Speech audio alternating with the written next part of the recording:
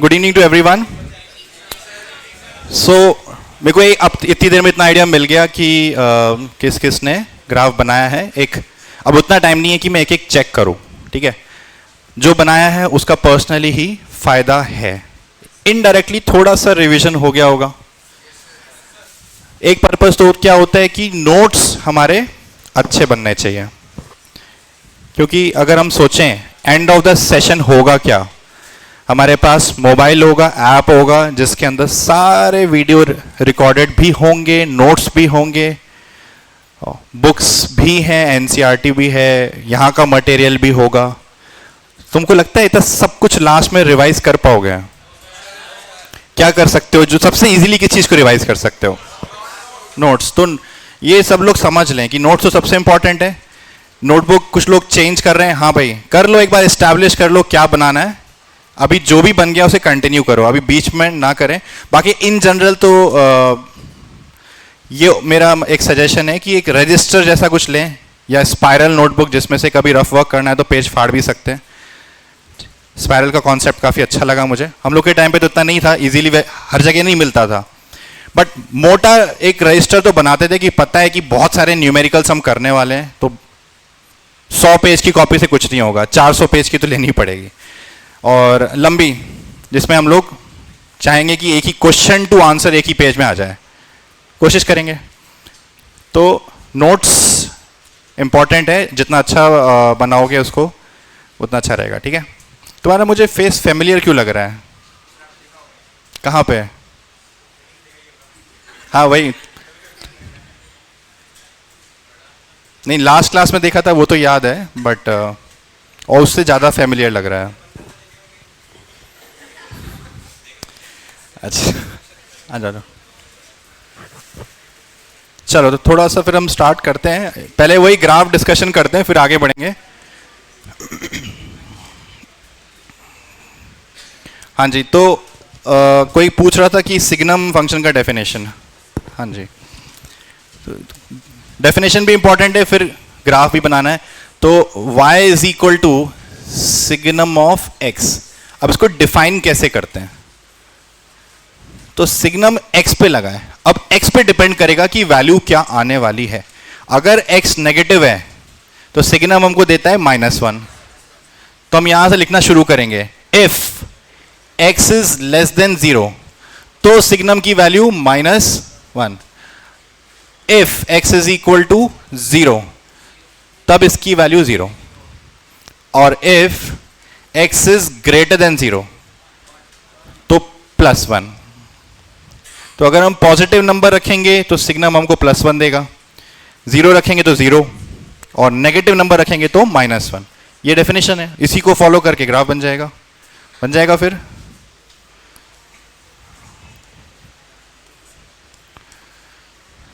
ठीक है, तो हमने बोला 0 पे 0, तो एक पॉइंट तो ये मिल गया।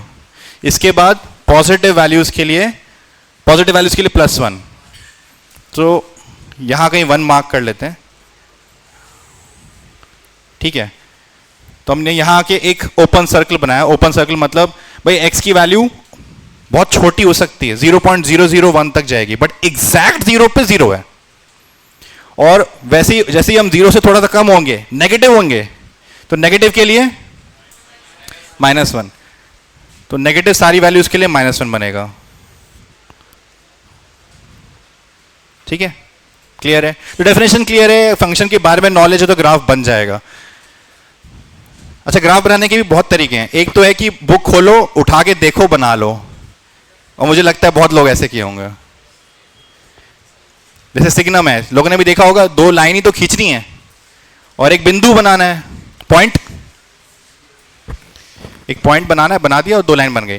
तो ऐसा नहीं है, थोड़ा डेफिनेशन याद रखें, जब पूछा ये तो मैं बता रहा हूं। वैसे उसी तरीके से ग्रेटेस्ट इंटीजर का भी डेफिनेशन है, फ्रैक्शनल पार्ट का भी है। तो ग्राफ भी बना लिए फिलहाल काफ़ी है, लेकिन जिन लोगों ने समझा भी है तो और अच्छी बात है, ठीक है।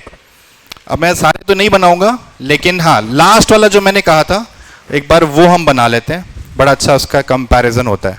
आवाज़ मेरी क्लियर आ रही सबको?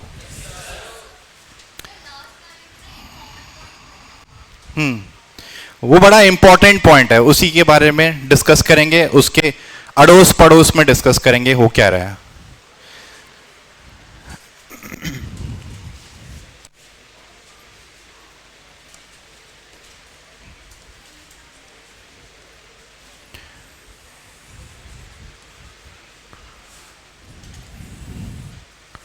तो सबसे इजी तो है स्ट्रेट लाइन बनाना। So y is equal to x,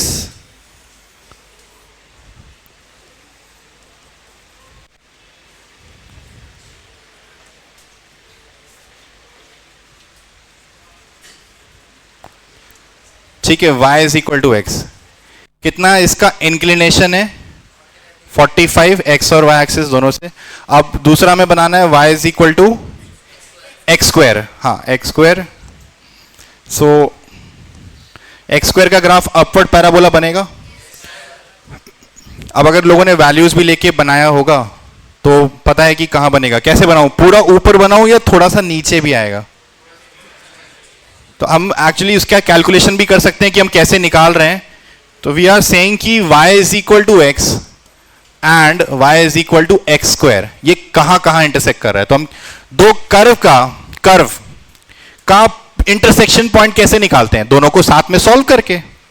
तो यहां से हम x को उठा के यहां रख देते हैं, इन दोनों को बराबर कर देंगे। y की वैल्यू x है, यहां रखा तो x is equal to x square आ गया। क्या क्या वैल्यू आएगी x की?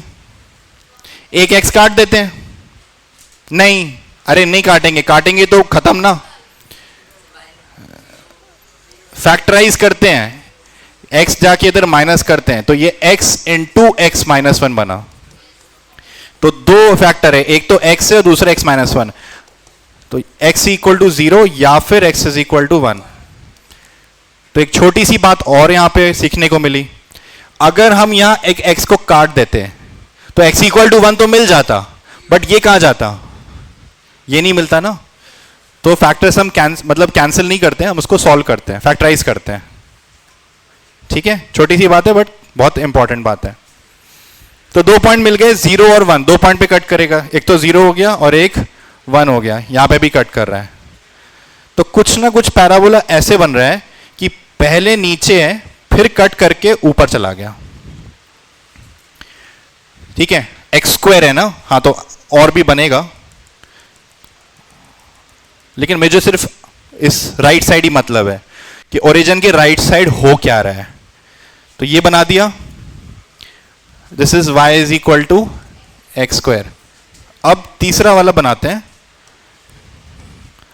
y equal to root x. अब रूट एक्स कैसे बनेगा, उसको भी सॉल्व कर सकते हैं।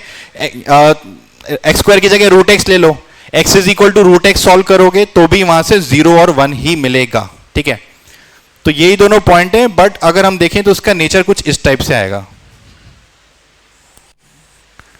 y is equal to root x. Logically सोच भी सकते हैं कि जैसे हम x को 1 ले लें तो 1 का रूट 1 ही होता है, इसीलिए ये पॉइंट हमने मार्क कर रखा है। भाई 1 पे 1 ही आ रहा है, उसके अलावा 1 का स्क्वायर वो भी 1 होता है, और 1 रखा तो 1 तो मिल ही रहा है, तो तीनों पॉइंट तो है। उसके बाद देखते हैं, मान लो मैंने x इज इक्वल टू 4 ले लिया, तो 4 का रूट कितना होगा 2। ठीक है, उसका कंपैरिजन कर लेते हैं। मैंने अगर ले लिया 4, तो 4 पे हमें मिल रहा है 2, और इस पे रखेंगे तो ये हमें यहां मिल रहा है 4।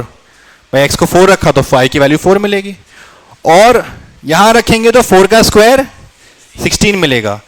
तो 4 पे 16 अराउंड मिल रहा है। बात समझ में आ रही है? तो जैसे पावर बढ़ती जा रही है, पावर यहां पे कितनी है x की, हाफ, 1/2। तो 1/2 तो वैल्यू कम है, यहां पावर 1 है तो वैल्यू ज्यादा है, और पावर यहां 2 है, पावर बड़ी है तो वैल्यू भी ज्यादा है। बट ये हो कब रहा है, ये हो रहा है 1 के बियॉन्ड, इससे पहले उल्टा ही नेचर है। इससे पहले हम क्या कर सकते हैं, मान लो हमने ले लिया x इज इक्वल टू 1/4। ठीक है, तो हमें पता है कि 4 का रूट लेंगे तो 2 आएगा, छोटा आएगा। 4 है और 4 का स्क्वायर सबसे बड़ा होगा, ये तो कंपैरिजन कर पा रहे हैं ना। तो अब 4 है कहां? हाँ, तो मैं बात कर रहा हूं x की, लेकिन 4 डिनोमिनेटर में। तो जब 4 का हम रूट लेंगे तो 2 बनेगा, तो 2 तो छोटा था 16 से, ठीक है। अगर 2 छोटा है तो उसका रेसिप्रोकल बड़ा होगा कंपेयर टू 1/16। 1/2 1/16 से तो बड़ा है ना, ये कंपेयर कर पा रहे हैं, तो हो रहा है ये सब चीज। तो यहां पे देख सकते हैं कि 1/2 1/4 रखने पे 1/2 ग्रीन वाले ग्राफ में जाएगा, ये वाला पॉइंट। तो ये आ गया 1/2, 1/4 पे 1/2, ये सब लोग ग्राफ फॉलो कर रहे हैं ना, तो वो पॉइंट आया। और मैं अगर इस वाले ग्राफ पे रखना चाहूं 1/4 का स्क्वायर 1/16, तो वो देख सकते हैं वो व्हाइट वाले ग्राफ पे आएगा, ये वाला ग्राफ, ठीक है। तो 1/16, मतलब मैं ये प्रूव करके दिखा रहा हूं कि भाई ठीक है, ग्राफ बन कैसा रहा है, ग्राफ यहां पे हमारा बन कैसा रहा है। तो समझ में आ रहा है कितना इंटरेस्टिंग है। वैसे तो हमारा लॉजिक ये कहता होगा ना कि अगर x की पावर बड़ी है तो वैल्यू भी बड़ी आनी चाहिए, बट वो कब हो रहा है? इस पॉइंट के बाद। ये बड़ा इंपॉर्टेंट पॉइंट है 1,1। इसके बियॉन्ड हम देख सकते हैं रूट x छोटा है, x बड़ा है और x स्क्वायर उससे भी बड़ा है। बट वही स्टोरी यहां पे उल्टी हो जाती है। सबसे बड़ा तीनों में से कौन सा है? रूट x सबसे बड़ा है, x उससे छोटा है और x स्क्वायर की वैल्यू सबसे छोटी है। तो this is very important and study about graph, एक कंपैरिजन था। सभी को समझ में आया? कुछ काफी इंटरेस्टिंग हो रहा है। तो इसका यूज तो मैं अभी अगर कोई सोच रहा है कि इसका यूज क्या है, तो अभी नहीं है, पर आगे जाके कभी ना कभी आएगा। ये तो सबने देखा ही है ना, पैराबोला, ठीक है। तो जिन्होंने नहीं बनाया था डेफिनेटली इसको अब बना लेंगे। और बाकी नोट्स कुछ खोल के देख रहे हैं? ऐप पे खोल के देखे थे यहाँ के? एक्सेस नहीं मिला? कितने लोगों को मिल गया है? अच्छा ठीक है, तो आज बहुत मेजॉरिटी लोगों को मिल गया है। और कितने लोगों ने देखा है नोट्स खोल के या वीडियो खोल के? कम लोगों ने देखा है, ठीक है। तो जिनको नहीं मिला है उनको मिल जाएगा, जिनका पास भी एक्सेस नहीं है, हेलो, जिनके पास भी एक्सेस नहीं है वो लोग क्या करेंगे? जाके मांग लेंगे, कि कंफर्म कर लेंगे क्यों, अगर कोई डिले हो रहा है तो क्या रीजन है, उसको फिगर आउट कर लेंगे, ठीक है।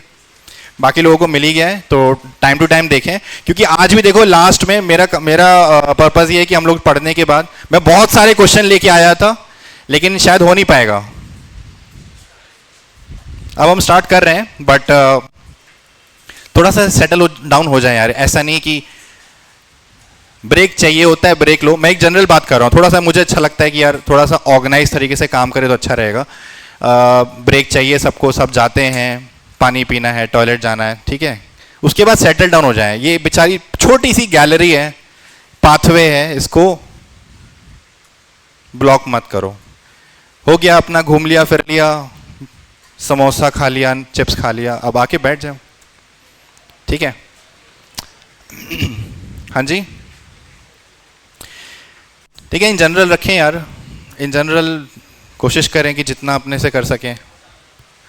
अभी तो टाइम मिल भी रहा है, अभी तो मस्ती कर लो, आगे जाके मिलेगा ही नहीं।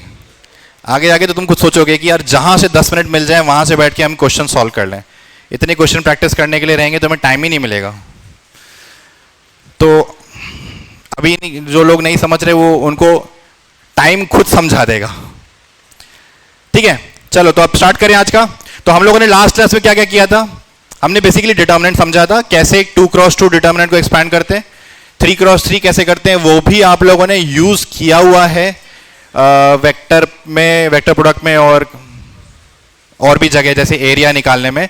बट मैंने और उसको डिफाइन भी कर दिया कि आता कैसे है, कि चाहे वो 2x2 हो, 3x3 हो या n×n हो, उसका एक्सपेंशन जनरलाइज हमने लिख लिया कि किसी भी रो या कॉलम के अबाउट अगर हम एक्सपैंड कर रहे हैं तो हर एलिमेंट को करस्पॉन्डिंग को फैक्टर से मल्टीप्लाई करके ऐड करेंगे तो वही डिटर्मिनेंट कहलाएगा।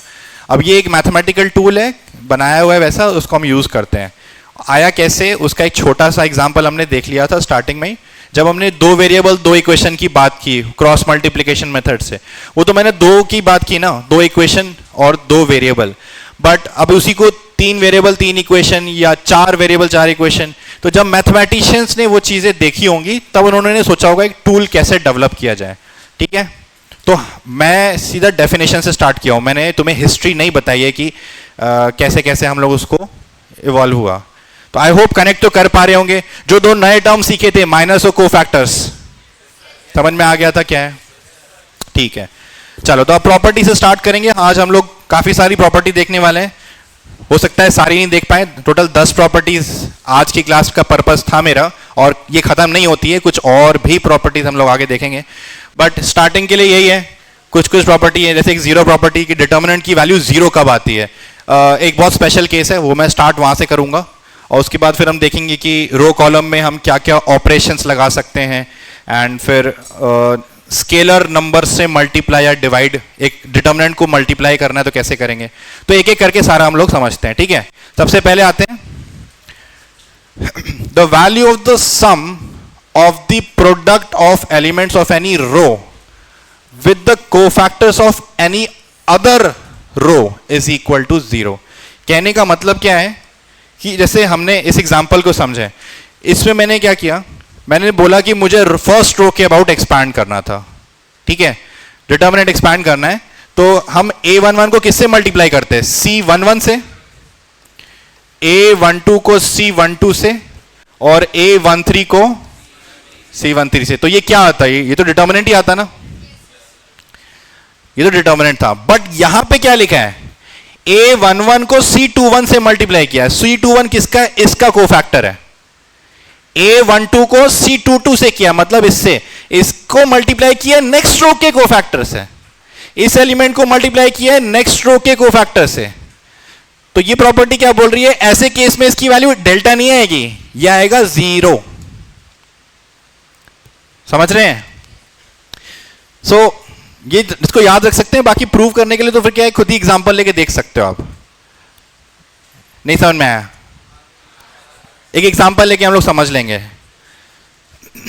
अभी हम यहां क्या बोल रहे हैं, डिटर्मिनेंट का एक्सपेंशन क्या था, a11 into c11 plus a12 into c12 plus a13 into c13। तो ये डेल्टा है, इसकी कुछ वैल्यू आएगी, हमने शायद कुछ पहले भी एक्सपेंशन किए हैं, +4 -2 जो भी है, और अगर जीरो आ रही है तो आ रही है, बाकी हम बोल रहे हैं उसकी कोई वैल्यू है। बट हमने बोला कि फर्स्ट रो के एलिमेंट्स लिया और साथ में यहां कोफैक्टर्स किसके लिए, सेकेंड रो के, तो ये चीज क्या आएगी, ये डेफिनेटली जीरो आएगी। उसी तरीके से और भी लिख सकता हूं, मान लो मैंने थर्ड रो के एलिमेंट्स ले लिए होते, a31 a32 a33, और कोफैक्टर फर्स्ट रो का ले लो, c11 c12 c13 c11 c12 c13, ये निकालोगे तो ये फिर से जीरो आएगा। तो इसको प्रूव करने की जगह हम इसको डेफिनेशन से कंपेयर करके याद रखें। ठीक है, इसके प्रूफ में जाऊंगा या ज्यादा मैं कॉम्प्लिकेटेड एग्जांपल लूंगा तो और टाइम ही खराब होगा। तो एक्सपेंशन याद है ना, ये जो लिखा है ये तो डेफिनेशन एक्सपेंशन यही था, और ये उससे मिलती जुलती चीजें हैं लेकिन अपने आप में एक अलग ही चीज है। ठीक है, तो ध्यान रखें इस पे ज्यादा, बाकी कोई किसी न्यूमेरिकल में ऐसा घुस के नहीं आता, इसके ऊपर सीधा सब्जेक्टिव क्वेश्चन ही आया है डायरेक्टली। तो as a point you can remember.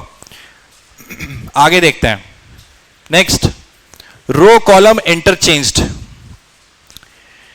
If any two rows of a determinant are interchanged, then the sign of the determinant changes. अब इसका एक क्या बोल रहा है मैं पहले एक्सप्लेन करता हूं। ये बोल रहा है कोई भी हम दो रो, मान लो फर्स्ट और सेकंड रो इंटरचेंज कर दें, या कोई कॉलम भी कर सकते हैं, सेकंड और थर्ड कॉलम, फर्स्ट और थर्ड कॉलम, तो डिटर्मिनेंट का साइन चेंज होगा। जैसे कि मैं क्या कर रहा हूं, यहां पे एक ऑपरेशन लगा ही देता हूं कि R1 और R2, रो 1 और रो 2 को इंटरचेंज किया जा रहा है। तो यहां B1 B2 B3 पहले रो में लिख देंगे और फर्स्ट रो सेकंड रो में लिख देंगे, ऐसे A1 A2 A3। C1 C2 C3।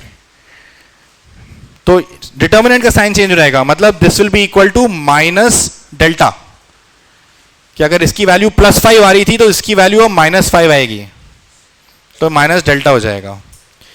कर लेते हैं एक छोटा सा एग्जांपल लेके यहां समझ सकते हैं हम लोग। सो एग्जांपल के लिए हम एक काम करते हैं, 2 क्रॉस 2 ले लेते हैं। मैंने डिफाइन किया 1 1 2 3 4, ठीक है। कितनी वैल्यू आ रही है इसकी? 4 -6 -2 आ गई, ठीक है। और मैंने एक नया डिटर्मिनेंट डिफाइन किया, डेल्टा 1 बोल लेते हैं। फर्स्ट और सेकेंड रो को इंटरचेंज कर लेते हैं, 3 4 को पहले रो में लिख दिया और 1 2 को सेकेंड रो में। अब देखेंगे तो 3 2 6 -1 × 4, तो ये आ जाएगा +2। तो ये क्या आया? ये माइनस ऑफ -2 है, मतलब बेसिकली डिटर्मिनेंट का साइन चेंज करके आया। डेल्टा था तो ये माइनस ऑफ डेल्टा आ गया। ये समझ पा रहे हैं? और वेरीफाई भी हमने कर लिया। आगे फिर हम लोग यूज समझेंगे, अच्छे अच्छे क्वेश्चंस पे कैसे इनको यूज करना है वो आगे देखेंगे, ठीक है। अच्छा, बाकी मैं क्या बता रहा था कि इसमें ना माइनस को मैं इधर भी लिख सकता हूं, माइनस को मैं मल्टीप्लाई कर देता हूं ना। बेसिकली हम ऐसा बोल रहे हैं कि delta is equal to minus of this B1 B2 B3 A1 A2 A3 C1 C2 C3। तो अब इस चीज को समझो, सभी लोग ध्यान से देख लें, फिर मैं आगे बढ़ूंगा। कि अगर हमारे पास एक डिटर्मिनेंट है और मैंने एक ऑपरेशन क्या लगाया कि रो 1 रो 2 चेंज, तो सीधा एक माइनस साइन बाहर आ जाएगा, ये याद रख लो, ठीक है। एग्जाम्पल से समझ में आ गया कि हो क्या रहा था। अब उसी माइनस साइन को हमने इधर पूरी इक्वेशन को माइनस से मल्टीप्लाई कर दिया, दैट इज ओनली डिफरेंस, इतना ही तो फर्क है ना। तो ये बस अल्टीमेटली ये याद रखो कि अगर हम ऑपरेशन लगाएंगे तो एक बाहर माइनस साइन आ जाएगा अगर कोई अंदर 2 रो या 2 कॉलम इंटरचेंज हो रही है तो। सिंपल। चलो और आगे आते हैं। Transpose property. ट्रांसपोज मतलब रो और कॉलम को इंटरचेंज कर देना। कि अब तुम जैसे इसमें देखो, ये पहला रो था, ये दूसरा और ये तीसरा रो, R1 R2 R3। अगर इसको हम ट्रांसपोज कर दें, यानी कि पहले रो को पहला कॉलम बना दें, दूसरे रो को दूसरा कॉलम और तीसरे रो को तीसरा कॉलम, तो भी वो डेल्टा ही रहेगा, तो भी वो डिटर्मिनेंट सेम ही रहेगा, उससे वैल्यू में चेंज नहीं आएगा। अब जिन लोगों ने भी मैट्रिक्स पढ़ा है वो जानते हैं कि ये 2 अलग अलग मैट्रिक्स हैं।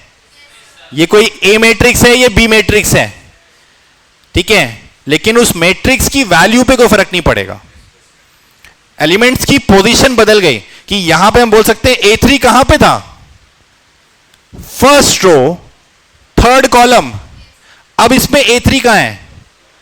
3rd रो 1st कॉलम। तो एक नया अरेंजमेंट हो गया। मैट्रिक्स क्या है? एलिमेंट्स का अरेंजमेंट। तो अरेंजमेंट बदल गया है। अब मैं बोलूंगा अगर ये इसको मैं मैट्रिक्स फॉर्म में लिखूं, समझ रहे हैं लोग? कितने लोगों का मैट्रिक्स हुआ था एक बार? जिनका नहीं भी हुआ बस सुन लें, बाकी कोई टेंशन नहीं है। हम ट्रांसपोज वर्ड को प्रॉपरली डिफाइन भी करेंगे कि होता क्या है, बिल्कुल बेसिक तरीके से डिफाइन करेंगे। अभी के लिए सिंपल सी बात है, ट्रांसपोज मतलब है रो और कॉलम को आपस में बदल देना, ठीक है। तो अगर हम ऐसा करते हैं डिटर्मिनेंट के अंदर तो उसकी वैल्यू नहीं बदलने वाली, सेम रहेगी, ठीक है। नेक्स्ट, आइडेंटिकल रोज और कॉलम। अब किसी डिटर्मिनेंट में अगर कोई भी 2 रो या 2 कॉलम आइडेंटिकल हो जाएं तो उस डिटर्मिनेंट की वैल्यू 0 हो जाती है। जैसे यहां देख सकते हो, पहला रो और दूसरा रो दोनों के दोनों आइडेंटिकल हैं, तो इसकी वैल्यू 0 है। ये समझ पा रहे हैं या ये सिंपल है, ये सब समझ सकते हैं।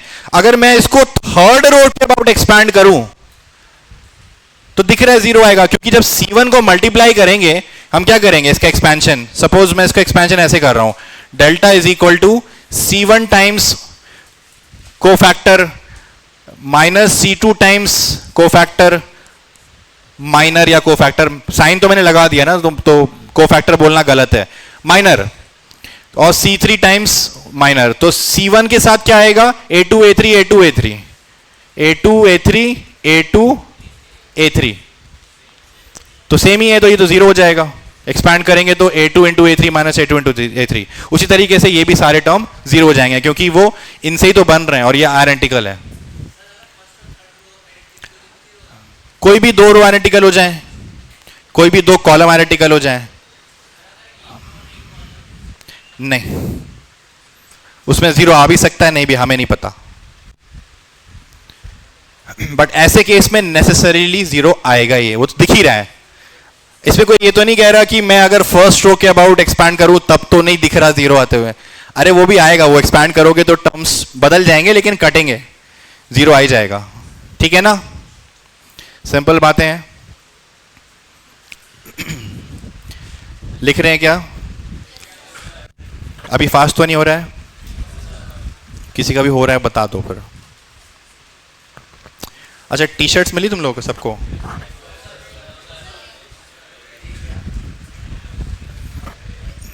नहीं मिली, चलो कोई नहीं। नेक्स्ट, मल्टीप्लाई और divide by a scalar number.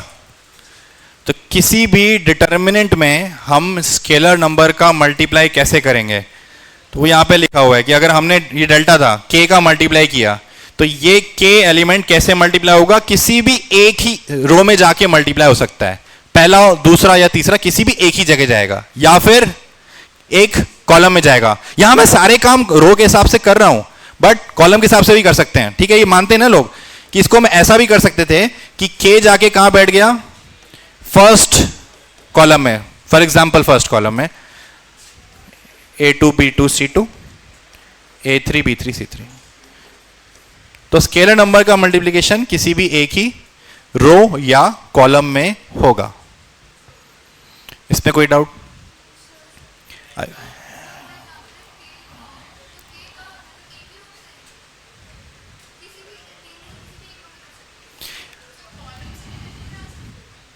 Column से भी मैंने कर दिया, सेम है। सोच के इसको ऐसे विजुलाइज कर लो ना। बेसिकली अगर मैं ऐसा विजुलाइज करो कि मैंने इसको पहले रो के अबाउट एक्सपैंड किया है, ओके चलो इसको मैं थोड़ा सा प्रूव भी करता हूं। थोड़ा सा कंफ्यूजन हो रहा है, कर देता हूं। और बाकी जितने भी मैंने प्रूव नहीं किए उसको तुम चाहो तो ऐसे स्टेप बाय स्टेप सोच सकते हो प्रूव करने का। अब जैसे करना है हमको, तो डेल्टा हमने लिया A1 A2 A3 B1 B2 B3 C1 C2 C3।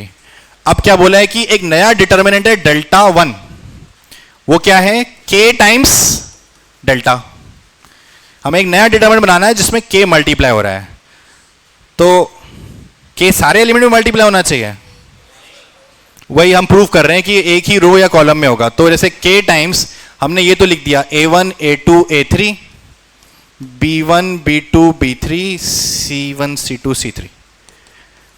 तो एक काम करते हैं, एक्सपैंड कर लेते हैं। तो A1 टाइम्स उसका जो भी को फैक्टर होगा, A1 times C11 plus A2 times first और second column C12 A3 times C13। Yes, अब ये k जाके कहां बैठेगा? हर टर्म में मल्टीप्लाई होगा, तो k times A1 into C11 plus k times A2 into C12 plus k times A3 into C13। अब ये क्या है? एलिमेंट्स बदल गए, यही तो फर्क हुआ कि अब पहले A1 A2 A3 था, अब उसकी जगह k times A1 k times A2 k times A3 हो गया। और ये जो तीन कोफैक्टर हैं वो तो इसी से आ रहा था। Yes, no?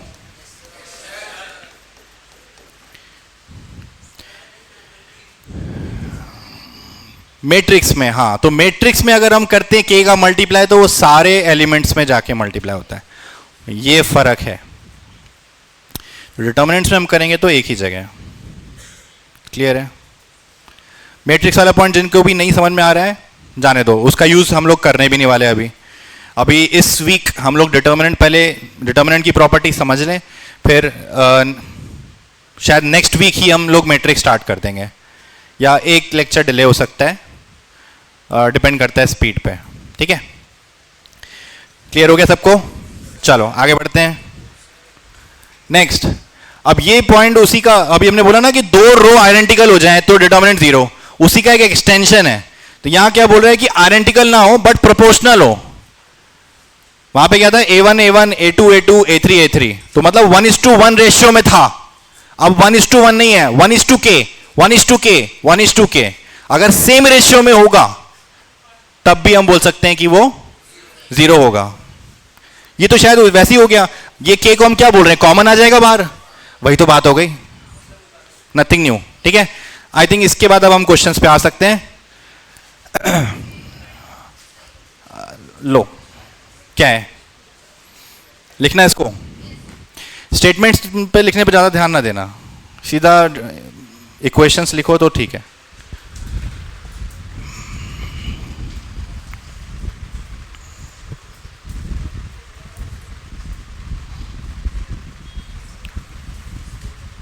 ठीक हो, लग नहीं रहे हो।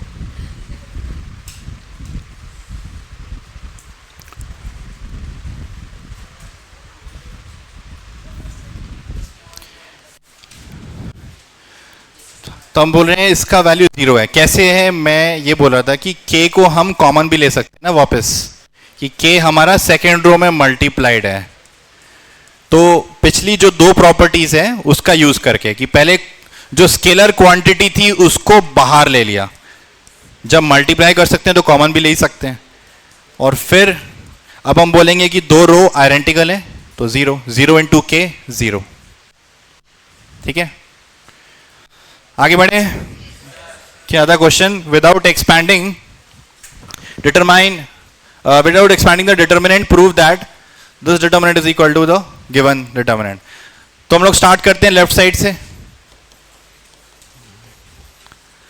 Determinant of A square BC B square CA and C square AB।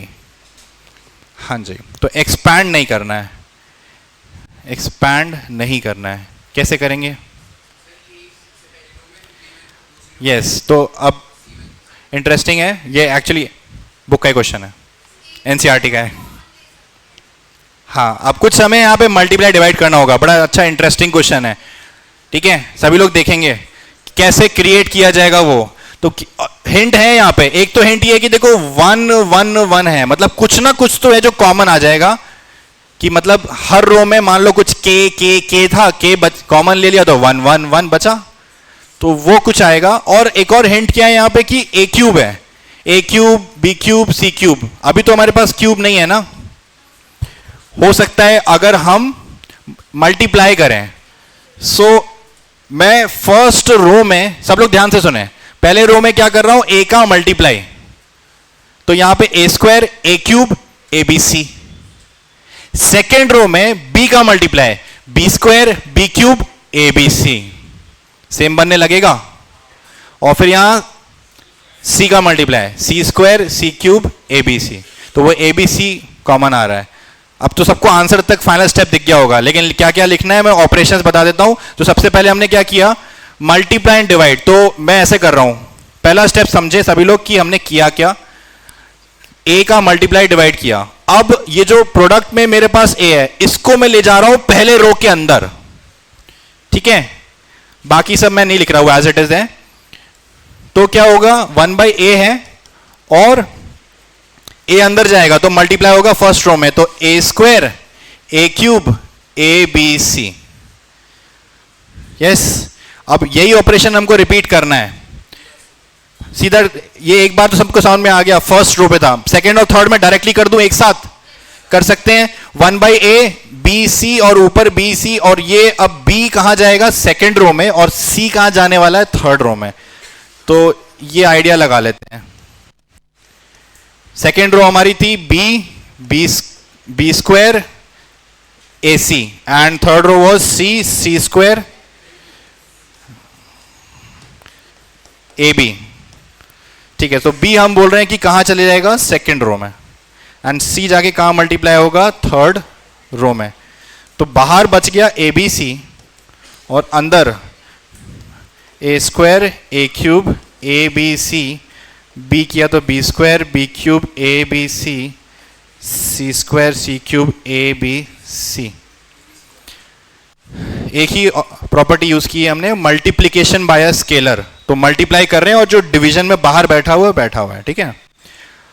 हाँ, अब हम बोल रहे हैं कि एबीसी हम थर्ड कॉलम से कॉमन लेंगे, तो एबीसी पूरा का पूरा बाहर लाएंगे।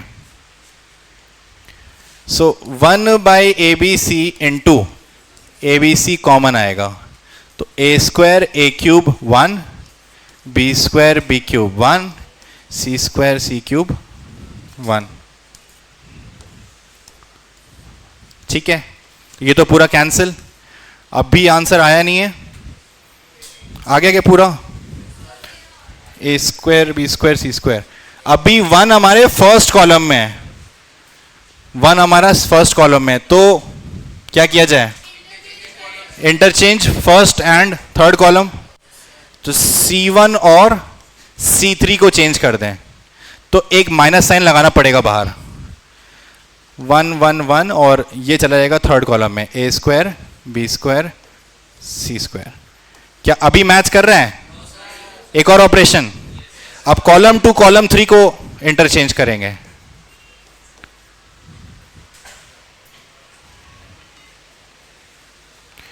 कॉलम को करेंगे तो क्या होगा? एक और माइनस आएगा, तो माइनस माइनस प्लस, तो एक माइनस साइन पहले से है, एक और माइनस साइन आएगा, and we will be having 1 1 1 A, और ये इधर चेंज हो गया तो A square B square C square, और इधर A cube B cube C cube. तो ये माइनस माइनस प्लस हो गया, हमको मिल गया। सारे ऑपरेशंस क्लियर हैं यहाँ पे? हाँ। कौन सी वाली? कौन से स्टेप में बोल रहे हैं?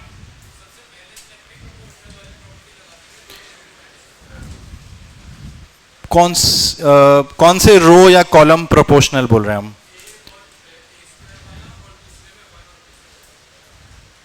ए square B B. Same proportion में कहां है? ये 1:a रेशियो में, ये 1:b, ये 1:c।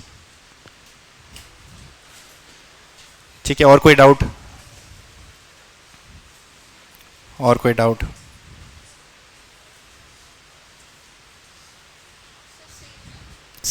ये वाला डाउट कि सेम प्रोपोर्शन में है। सेम प्रोपोर्शन में वाली प्रॉपर्टी तो ये बोल रही थी कि 1:k 1:k 1:k 0। क्या ये 0 है? अच्छा, 0 लग रहा है कि ये भी 0 है, ये भी 0 है। अरे कहां है सेम रेशियो में? ये रेशियो है 1:a, a by A square, b by B square, c by C square. क्या ये सब बराबर है?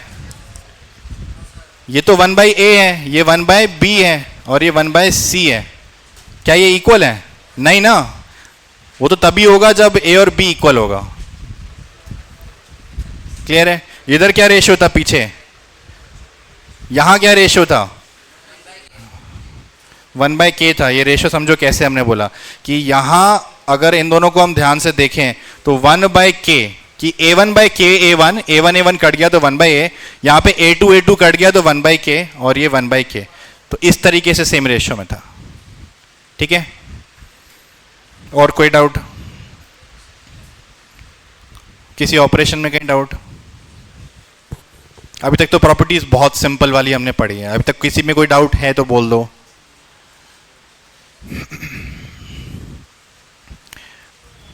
अगर लिस्ट करना हो अब तक जैसे हमने पढ़ा, सबसे पहला कि किसी भी एक रो के एलिमेंट्स को करस्पॉन्डिंगली किसी दूसरे रो के कोफैक्टर्स से मल्टीप्लाई करके ऐड करें तो वो 0 आता है, वो डिटर्मिनेंट नहीं है।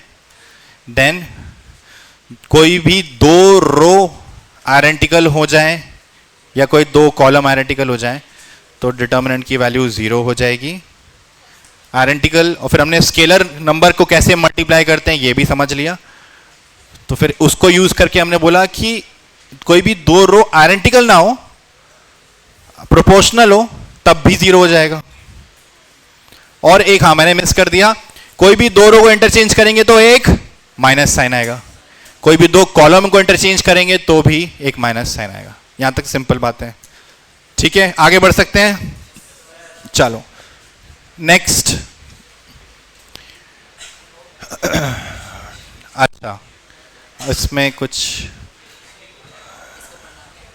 चलो क्वेश्चन की लैंग्वेज को छोड़ो। डिटर्मिनेंट जो गिवन है, बस क्वेश्चन ये है कि इस डिटर्मिनेंट की वैल्यू निकालनी है कैलकुलेट करके। और मैं इतना हिंट देता हूं कि एक न्यूमेरिकल आंसर आएगा, एक्स वाई जेड में नहीं आएगा आंसर, -1 0 या 1 में से कुछ आएगा। इतना भी बता दिया। आप क्वेश्चन को छोड़ो, लैंग्वेज छोड़ो।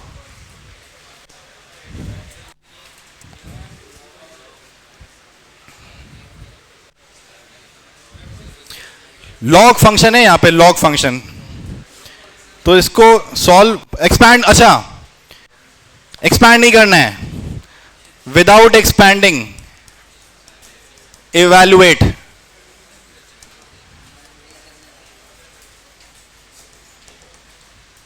Without expanding we have to evaluate.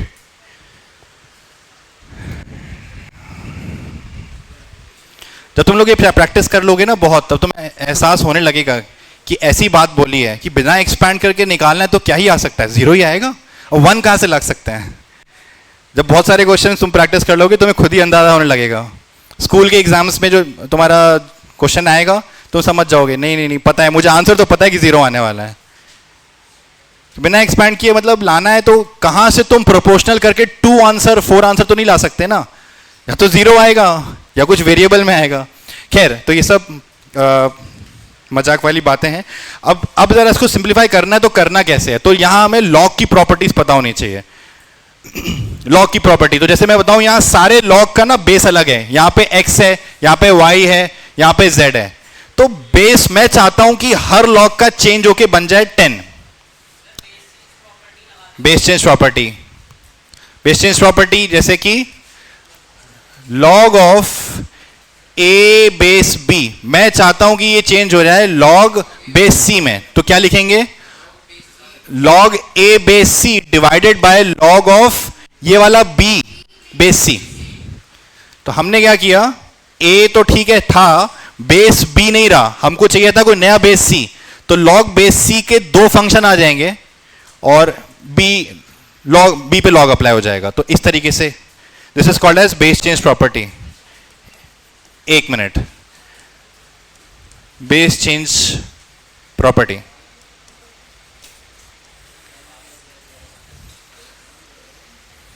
हाँ जी, क्या बोल रहे हैं, कितने लोगों ने ये प्रॉपर्टी देखी है? वैसे बहुत कम लोगों ने। ओके, क्योंकि ये सब प्रूव नहीं करते हैं, प्रूव करने बोलोगे तो फिर अभी बहुत टाइम, मुझे ही याद नहीं है कैसे प्रूव करते हैं, सच बात है। हमको याद रहना चाहिए, सीधा अप्लाई करना है यार। बहुत सारी लॉग की 10 प्रॉपर्टीज है ऐसी। ठीक है, अभी जो जो यूज होगा मैं बताऊंगा, और इनफैक्ट अगर बहुत डिस्कंफर्ट है तो हम लोग एक काम करेंगे, हम लॉग फंक्शन को थोड़ा डिटेल में पढ़ लेंगे। ठीक है, हाँ जी। सो क्या कर रहे हैं, log a बेस b है, हमें चाहिए कि बेस b ना हो, कोई नया बेस बन जाए c में। ऐसा जरूरत होता है ना, जैसे कि मान लो तुम्हें log बेस 10 दिया हुआ है, तो मैं उसको नेचुरल लॉग में करना है। नेचुरल लॉग मतलब कौन सा लॉग, कौन से बेस वाला, e की वैल्यू 2.71, तो उसको बोलते हैं ln। लॉग बेस ई को शॉर्ट फॉर्म में लिखते हैं ln जैसा। तो अगर चेंज करना हो तो ये तक तुम्हें करना पड़ेगा भी, केमिस्ट्री में बहुत यूज होगा, तो हमको चेंज करने के लिए ये प्रॉपर्टी काम आएगी। तो याद रखें उसको as it is, log a base b है, इसमें कुछ समझाने का नहीं है, ऐसे याद करना है। log a बेस c होगा divided by log b base c होगा, c तुम्हारा जो नया तुम बेस चाहते थे वो मिल जाएगा। अब जरा इसमें देखते हैं, इसमें अप्लाई करना है। मैं चाहता हूं सारे अलग अलग फंक्शन है, सबके बेस अलग हैं, सबको कन्वर्ट करके कोई सिंगल बेस में ले आते हैं। 10 बेस ही पसंद करते हैं हम लोग, ठीक है। तो 1 को छोड़ देते हैं, इधर आते हैं। log y बेस x है, तो उसको लिख सकता हूं log y base 10 divided by log x base 10। सबको समझ में आया कैसे अप्लाई किया? फिर log z बेस x, तो उसको लिख सकते हैं log z base 10 divided by x base 10। ठीक है, 1 को तो रहने देते हैं। फिर log x base y, log x base 10 log y base 10 1 log z base 10 divided by log y base 10. यहाँ पे भी लगेगा divided by log base 10 log y base 10 log z base 10 1. देखो यहाँ log x base 10 है, यहाँ log x base 10 है, यहाँ पे भी log x base 10 होता तो मज़ा आ जाता. log x base 10 यहाँ पे है, यहाँ पे है, एक यहाँ पे भी होता 1 अपॉन log base 10, तो उसको कॉमन ले लेते. हाँ लिख देते हैं. इस 1 को कैसे लिख सकते हैं हम लोग? इस 1 की जगह मैं ऐसा लिख सकता हूं ना, log x base 10 divide by log x base 10. बढ़िया. फिर यहां log x y base 10 है, यहां पे log y base 10 है. इस 1 की जगह क्या लिख दें? log y base 10 divide by log y base 10. And similarly last में देखें तो log z base 10 divided by log z base 10. अब क्या कॉमन आएगा? ये पूरा 1 bye log x base 10 common यहां से आ जाएगा. तो 1 बाय log x base 10 कॉमन ले लिया. तो क्या बचा? log x. अब बेस 10 में इग्नोर कर रहा हूं, सीधा लिखता हूं log x log y log z. ठीक है. इधर से क्या कॉमन आएगा? log y बेस 10 कॉमन आएगा तीनों में से, तो इसको भी लिख लेते हैं log y बेस 10. क्या क्या बचेगा? log x log y log z. क्या मुझे थर्ड रो पे जाने की जरूरत है? 2 रो आइडेंटिकल हो गए. इसकी value 0 0 what multiply by this 0.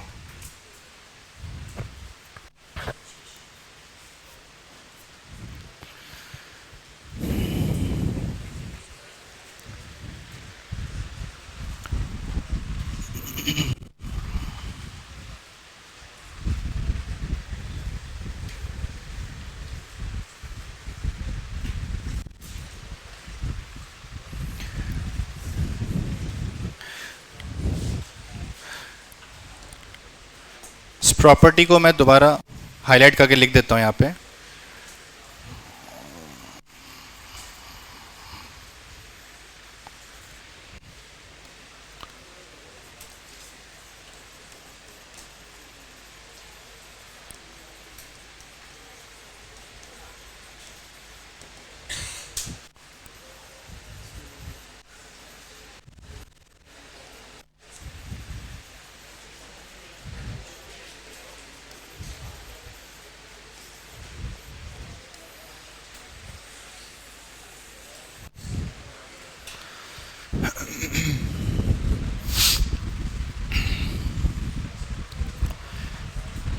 ठीक है.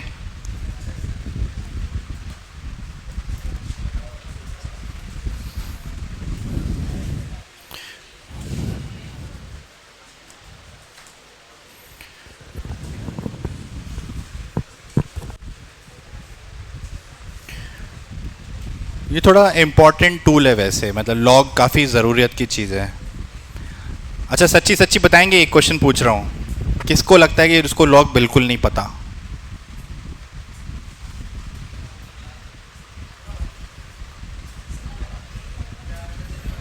ठीक है. ठीक है.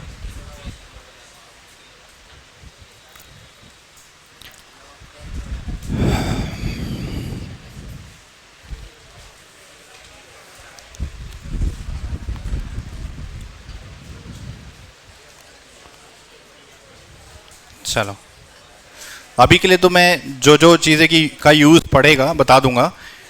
फिर हम लोग ऐसा कर लेंगे, डिटर्मिनेंट्स एक बार मतलब हमारा जो बेसिक्स है ख़त्म हो जाए, फिर हम लोग नेक्स्ट मेट्राइसिस पे जाने से पहले एक लॉग के ऊपर 2 लेक्चर्स फुली डेडिकेट कर देंगे.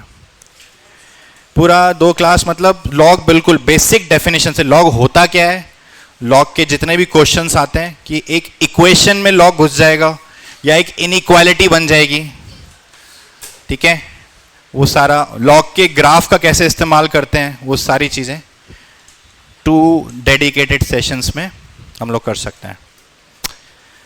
चलो अभी के लिए क्लियर है प्रॉपर्टी का एप्लीकेशन। चलो आगे बढ़ते हैं।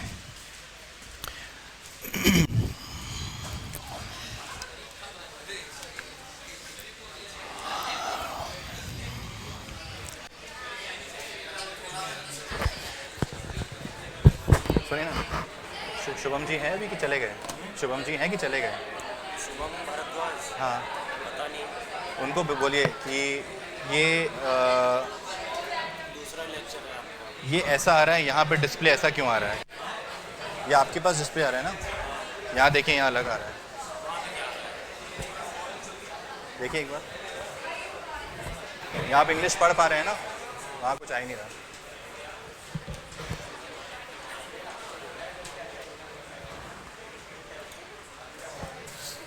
ये क्या हुआ अभी देखिए एक बार।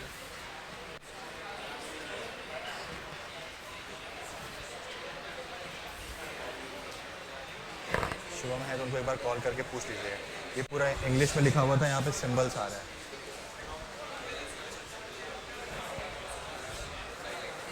सारे क्वेश्चंस ही ऐसे हैं, दिक्कत होगा।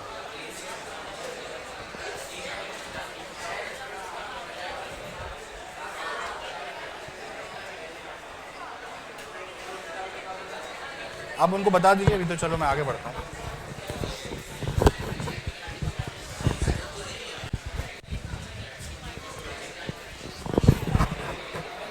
इसमें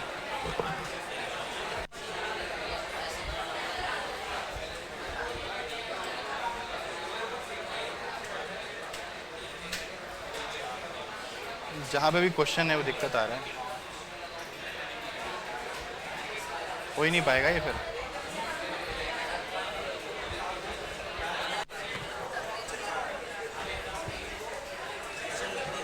क्या?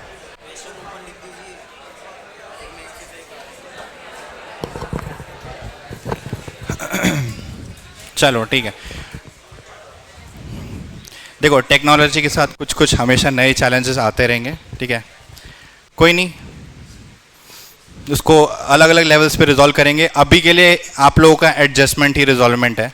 मैं बता देता हूँ क्वेश्चन क्या है। फिलहाल मेरे स्टेटमेंट पे रिलाय करके चलना पड़ेगा। डिटर्मिनेंट दिख रहा है, लेकिन बाकी थोड़ा बहुत गड़बड़ हो गया, तो मैं बता देता हूँ क्या है। पहला डिटर्मिनेंट गिवन है कैपिटल ए, दूसरा हमको गिवन है कैपिटल बी। हमें प्रूव करना है कि 2 times determinant A minus B is equal to 0, ये हमें प्रूव करना है, ठीक है। अभी आगे भी क्वेश्चन में थोड़े चैलेंजेस हैं, जहां पे भी हमारी इक्वेशंस हैं, थोड़ा बहुत ऐसा मिक्स हो गया है, ठीक है। बाकी जहां पे भी स्टेटमेंट है वहाँ नहीं होता। ये सब वो है, लोगों ने यूज़ किया होगा ना Microsoft word and power point, तो उसमें इक्वेशन अलग जगह टाइप होती है और जो जो वर्ड्स हैं वो अलग है, उसकी वजह से कुछ इसमें ऐसे कंपाइलेशन प्रॉब्लम हुआ होगा। मैं बता रहा हूँ कि देखो दो डिटर्मिनेंट हमें गिवन है कि ये डिटर्मिनेंट ए है और ये डिटर्मिनेंट बी हमको गिवन है, तो हमें प्रूफ करना है 2a minus B equal to 0, ठीक है। समझते चले, हो जाएगा, कुछ ऐसा इशू नहीं है। तो कैसे सॉल्व करेंगे? हाँ जी, राइट, हाँ, हमें 2a माइनस बी प्रूव करना है, या हम बोल सकते हैं हमें basically b is equal to 2a prove करना है, राइट। तो b से स्टार्ट करते हैं। तो b हम लोग देख सकते हैं कि यहाँ पे f 2nc और सेकेंड में 2d और 4l को मैं क्या लिख लेता हूं, 2 into l, 2a e 2mb। तो हमें क्या दिख रहा है, एक हमारा 2 कॉमन आएगा सेकेंड रो से, 2 2 2 कॉमन, और एक और कॉमन ले लें, एक और आएगा ना, एक सेकेंड कॉलम से भी आएगा, ये वाला 2, ये वाला 2 और ये वाला 2, एक 2 सेकेंड कॉलम से भी हमारा कॉमन आ रहा है। तो दोनों 2 को बाहर निकाल लिया, बचा क्या, f n c d l a and e m b, ठीक है। अब a में क्या है, a d l, एक तो ये वाला है, इधर हमें अरेंजमेंट करना पड़ेगा, लाने के लिए थोड़ा मेहनत करना पड़ेगा। एक 2 जाके कहाँ बैठा हुआ है, C F M, C F N, sorry C F N, तो मतलब फर्स्ट वाले कॉलम में लाना है। तो एक 2 को उठा के अंदर ले जाते हैं। अब पहले क्या किया, सेकेंड रो और सेकेंड कॉलम से कॉमन ले लिया। अब एक 2 को हम कहां ले जा रहे हैं, वापस फर्स्ट कॉलम के अंदर। यस और नो?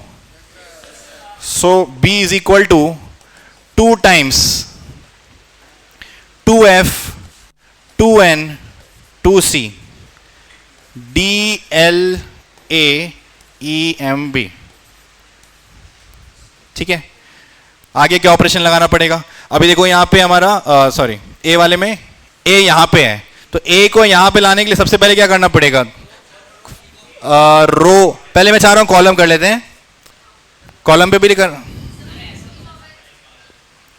या इस ये वाले स्टेप स्टार्टिंग में हम लोगों ने देखो ये दिख रहा है ना कि यहां एक 2 का फैक्टर है, 2 का फैक्टर 2 फैक्टर, तो वो हमने कॉमन लिया है। ये ग्रीन सर्कल वाला 2 कॉमन ले लिया, और एक 2 दिख रहा है कि हमारा सेकंड कॉलम में भी था, तो ये वाला 2 हमने कॉमन ले लिया। ये क्या है? अरे 2 2 है ना, 4 के अंदर 2 2 होते हैं।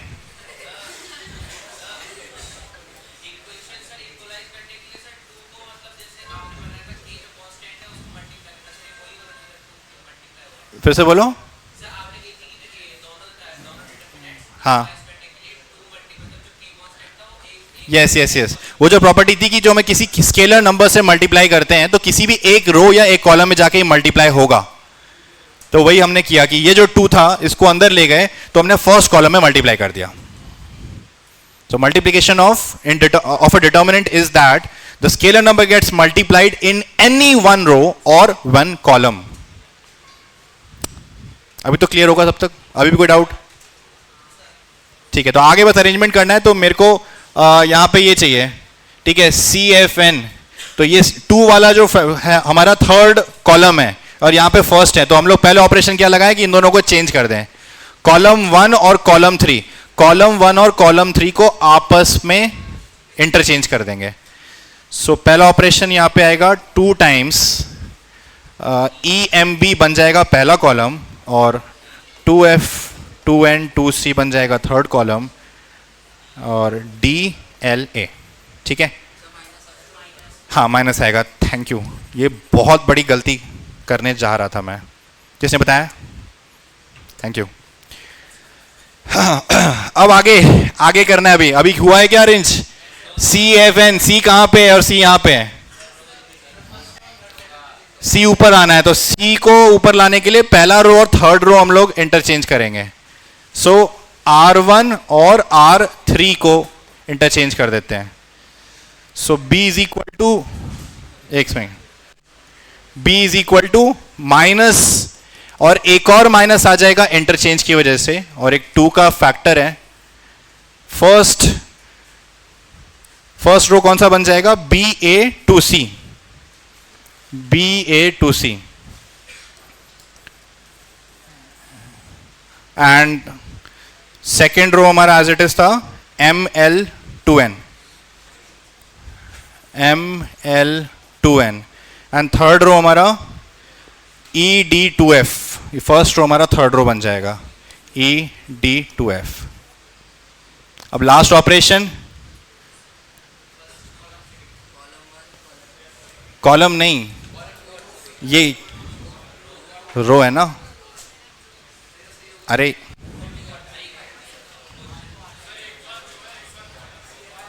अच्छा एक और, ओके ठीक है। अभी मैं एक्चुअली, अच्छा एक रो भी करना पड़ेगा। ओके, ए फर्स्ट पोजीशन पर लाना है, ये भी ठीक है। आते हैं, बाकी मैंने तो ये सोचा था कि CFN, मैं बोला था ना CFN, उस पर ध्यान रख के बोला, जैसा तुम बोलो। अभी फिलहाल के लिए मैं वैसा कर रहा हूं इसमें कि F यहां आना है, CFN चाहिए, तो F ऊपर आएगा, N नीचे आएगा। तो बेसिकली एक ऑपरेशन है R2 और R3 का, और हाँ फिर लास्ट में हम लोग को एक कॉलम ऑपरेशन भी लगाना होगा। सो देखो ये माइनस तो कैंसिल हो गया। अब ये जो ऑपरेशन लगा रहे हैं इसकी वजह से एक और माइनस साइन आएगा, और फर्स्ट रो तो कोई चेंज नहीं होगी, BA2C, सेकेंड और थर्ड चेंज करते हैं, तो ऊपर जाएगा तो ED2F एंड ML2N। नाउ एक सेकेंड, कौन सा ऑपरेशन?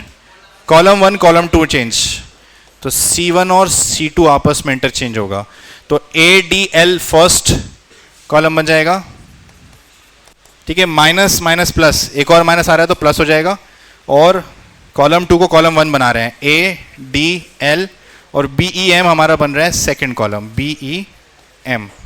सो 2C 2F 2N आ गया क्या?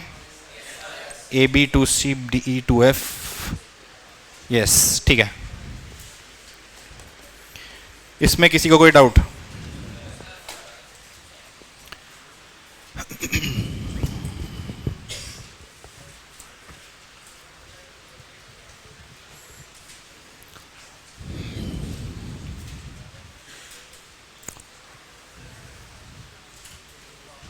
लिख रहे हैं हम?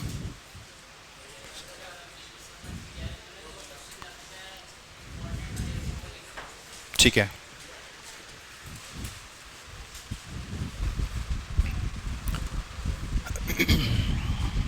चलें आगे बढ़े। नेक्स्ट, ये भी मैं बता देता हूँ क्वेश्चन क्या लिखा है। इसमें इतना बदलाव है कि मुझे नहीं समझ में आ रहा है वैसे तो। एक सेकेंड रुक जाओ।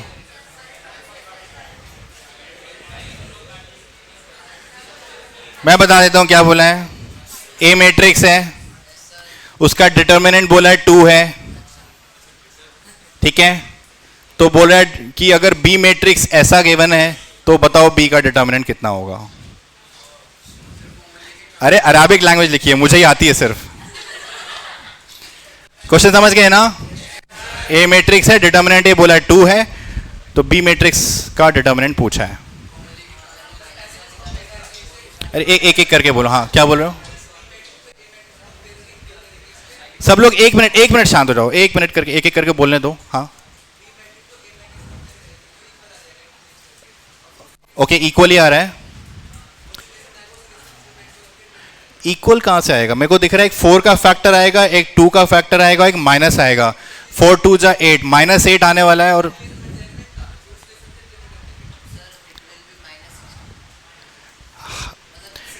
और भी हो सकता है, माइनस होना और भी है। XYZ यहाँ पे है, अभी यहाँ है, ट्रांसपोज लेना पड़ेगा। ट्रांसपोज में तो चलो माइनस साइन नहीं आएगा, बट रीअरेंजमेंट भी शायद होगा, रीअरेंजमेंट भी होगा भाई। अगर 2 कॉलम 2 रो इंटरचेंज करेंगे तो आ सकता है, तो +16 या -16 आएगा। मैं तुम्हारा पॉइंट नहीं समझा, तुम क्या बोल रहे थे? कंपैरिजन मैट्रिक्स की बात नहीं हो रही ना, डिटर्मिनेंट निकालना है हमको।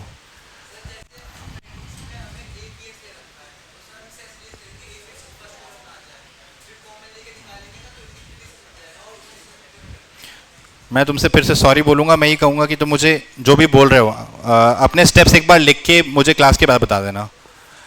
अभी के लिए थोड़ा सा मैं टाइम ना वेस्ट करने के लिए, मैं नहीं तो मैं आ भी जाता। थोड़ा सा लोग ना जगह बना के रखा करें। हेलो, आज मैं नहीं आ रहा, ठीक है। मेरे को थोड़ा सा अभी और जितना भी हो सकता है आज मुझे कंटेंट करना है, बट यस, मैं धीरे धीरे सबको आके पर्सनली भी देखूंगा। तो आज के लिए सुन रहे हो, क्लास के बाद मुझसे मिल लेना, ठीक है। फिलहाल के लिए देखो क्या करना है। डिटर्मिनेंट ए गिवन है, इसका डिटर्मिनेंट मतलब डिटर्मिनेंट गिवन है, मतलब बेसिकली तुम मैट्रिक्स के लिए डिटर्मिनेंट लगा लोगे। वो तुम्हें गिवन है 2, तुम्हें बी का डिटर्मिनेंट निकालना है। तो डिटर्मिनेंट ऑफ बी ये होता है डिटर्मिनेंट का सिंबल, कि अगर मैट्रिक्स का, ठीक है, okay, we are coming to that. तो डिटर्मिनेंट ऑफ बी सिंबल सब लोग समझ रहे हैं ना? अगर मैट्रिक्स गिवन है तो उसमें अगर तुम वैसे मॉड जैसा लगा देते हो, ये मॉड नहीं, ये डिटर्मिनेंट का सिंबल है। तो अब जरा निकालना है, तो 4x 4y 4z साफ साफ दिख रहा है कि एक 4 का फैक्टर यहां से कॉमन आने वाला है, और 2a 2b 2c, तो एक 2 का फैक्टर यहां से कॉमन आएगा, -p -q -r यहां से, यस। तो एक 4 आ गया, 2 आ गया और -1 आ गया। अब क्या बचा? x y z a b c p q r। सो -8 का टर्म आ गया, और यहां पे ABC ऐसे है, यहां पे ABC अलोंग द कॉलम है, और यहां पे अलोंग द रो है। तो यहां पे पहला प्रॉपर्टी लगेगा ट्रांसपोज का, ठीक है। तो मैं यहां पे यहीं पे लिख देता हूं यूजिंग ट्रांसपोज प्रॉपर्टी। इसी का अरेंजमेंट कर देते हैं। सो XAP इसको लिखेंगे XAP first column, second row Y B Q, ये बनेगा सेकेंड कॉलम, और Z C R third row बन जाएगा थर्ड कॉलम। ठीक है, अभी तक ए डिटर्मिनेंट मिला नहीं है। एबीसी कहां है? फर्स्ट रो में है, और हमारा कहां पे आया? सेकेंड रो में आया। तो अब हम इन लोग इंटरचेंज करते हैं R1 को R2 के साथ। अच्छा, मैंने ट्रांसपोज किया, इसमें माइनस साइन तो नहीं आएगा ना? सही लिखा है ना? ये बात सबको समझ में आ रही है? ट्रांसपोज से हमने प्रॉपर्टी पढ़ी थी लास्ट वाले कि भाई अगर हमारे पास डिटर्मिनेंट है और हमने ट्रांसपोज किया तो साइन चेंज नहीं होता है, इसलिए डायरेक्टली इसको मैंने बदल के लिख दिया। बाकी ऑपरेशंस, इन ऑपरेशंस में साइन एक बदलता जाता है। तो R1 R2 फर्स्ट रो को सेकेंड रो बनाया और सेकेंड रो को फर्स्ट रो। तो सेकेंड रो को पहले फर्स्ट रो लिख दिया, फर्स्ट रो को सेकेंड रो लिख दिया, PQR, और यहां पे एक माइनस साइन और आएगा। एक माइनस यहां था एक प्रॉपर्टी की वजह से, ठीक है, माइनस, तो ये हो गया +8। अभी आ रहा है क्या? नहीं, PQR सेकेंड रो में है, तो एक और ऑपरेशन लगेगा कि R2 R3, तो एक और माइनस साइन आएगा, तो -8, और जो बनेगा वो क्या बनेगा? Determinant of A,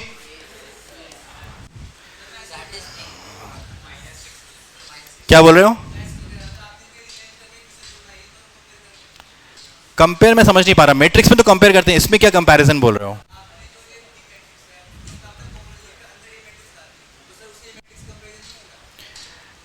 comparison word गलत है मेरे को लगता है। ऑपरेशंस बोल लो कि एक बार कॉमन लेने के बाद जो मिला, इससे ए मैट्रिक्स पे पहुंचने के लिए कि किसी भी एलिमेंट को या पोजीशन को कंपेयर नहीं कर रहे हैं ना, हम यहाँ ऑपरेशंस लगा के रो को ट्रांसपोज बना रहे हैं या फर्स्ट रो को सेकंड रो बना रहे हैं। ऑपरेशंस बोलो, ठीक है? तो मतलब बात वो भी वही बोल रहा था, बस शब्दों का थोड़ा फर्क हो जाता है। यार मैथ्स में वैसी बहुत कम टर्मिनोलॉजी है, थ्योरी बहुत कम है, सीख लो ना। अभी बायो पढ़ते तो होता रहता, फिर माइटोकॉन्ड्रिया, डीएनए, आरएनए स्ट्रक्चर, ये वो, ठीक है? अच्छा, तुम लोग को पता है मेरी इंजीनियरिंग किसमें है? मेटलर्जी, मतलब कि केमिस्ट्री समझ लो। तो मैं खुद बोर हो गया हूँ केमिस्ट्री और सब साइंस के सब्जेक्ट पढ़ते हुए। मैं मैथ्स पढ़ा रहा हूँ कि मेरे को कम से कम थ्योरी मिले, वर्ड्स कम मिले, लॉजिक मिले, इक्वेशंस मिले, ठीक है, लेकिन बड़े बड़े कुछ इक्वेशंस, आई मीन वो जो केमिकल इक्वेशंस होती है वो मेमोराइज ना करना पड़े। तो केमिस्ट्री तो मैंने भी बहुत पढ़ी है, बट इसका मतलब ये नहीं कि कभी तुम मुझसे केमिस्ट्री के डाउट्स पूछो। जनरली मुझे कुछ याद नहीं है। कॉलेज टाइम में पढ़ा था, जो जैसे आपका होता है ना थर्मोडायनेमिक्स होता है, मेटलर्जी वैसे किसको, आयरन एक्सट्रैक्शन प्रोसेस को बोलते हैं, बट मुझे कुछ याद नहीं है। बस इतना ही जो बोला ना अभी अभी उतना ही याद था, ठीक है? तो थोड़े बहुत ही टर्म्स होते हैं, उसको थोड़ा साथ साथ बोलते चलें, ठीक है? तो आंसर कितना आ गया? -16। ऑपरेशंस क्लियर हो गए? चलो आगे मैं देखते हैं अभी।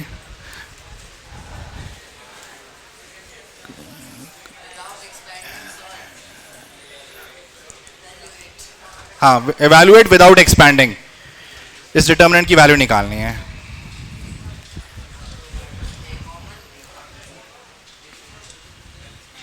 बहुत सिंपल है ये, तुम लोग करो। 0 है, अच्छा, मुझे बस नहीं सॉल्व कर लो कि मेरे को वो स्टेप्स चाहिए कि क्या क्या ऑपरेशंस तुम लगा रहे हो।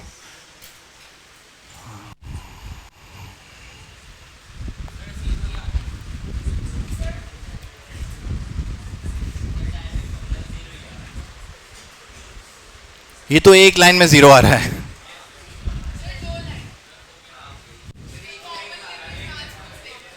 ट्रांसपोज क्यों? नहीं, मैं अगर पहले में से ए कॉमन निकाल लूं तो ए बी सी बचेगा, दूसरे में से एक बी कॉमन निकाल लो तो ए बी सी बचेगा, और यहां कुछ कुछ तो बच ही जाएगा। तो ये तो वैसे ही 0 हो गया। अच्छा, ये 2 लाइन बोल रहे हैं इसको, ये दूसरा लाइन है। हाँ, रेशियो, हाँ मतलब ठीक है वही, तो बहुत सिंपल था। चलो आगे, नेक्स्ट प्रॉपर्टी। अब आते हैं प्रॉपर्टीज पे। क्वेश्चन लिखना है? लो लिख लो।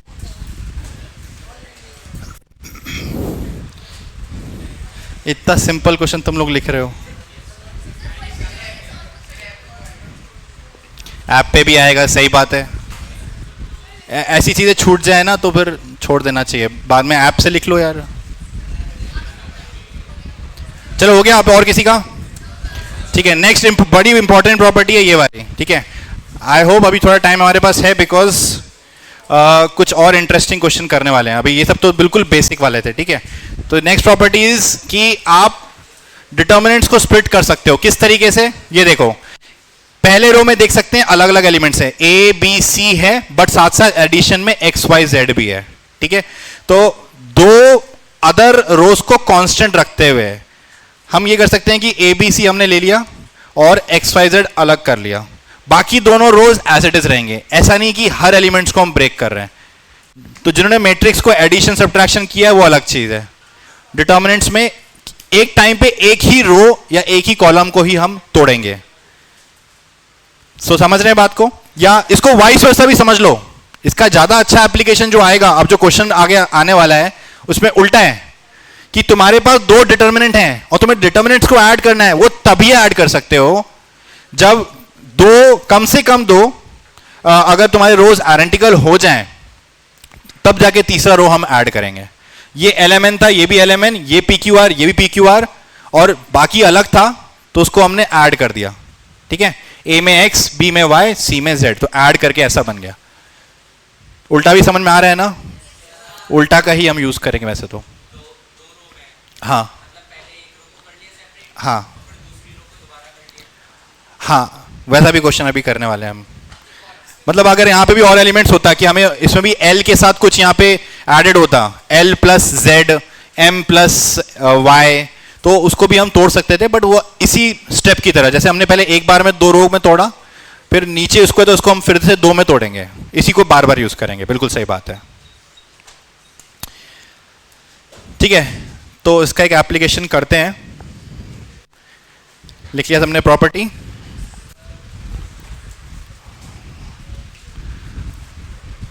चलो क्वेश्चन देखिए अभी। Find the sum, infinite series है, ठीक है। तो ऑब्जर्व करने वाली बात यह है कि इसमें तुम्हारा सेकंड जो रो है, सेकंड कॉलम जो है, वो हर जगह सेम है।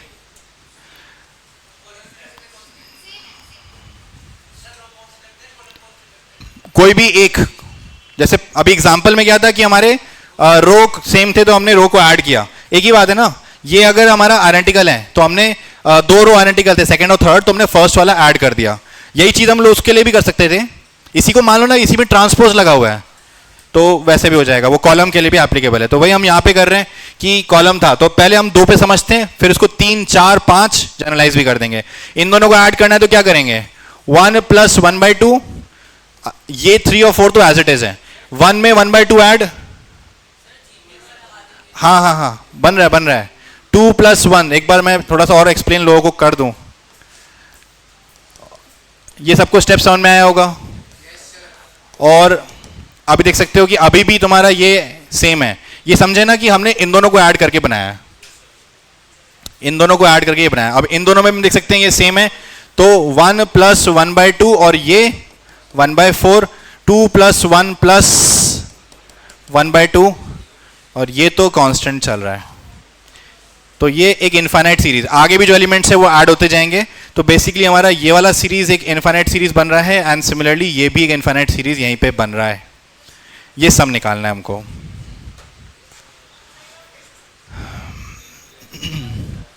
ये समझ में आया?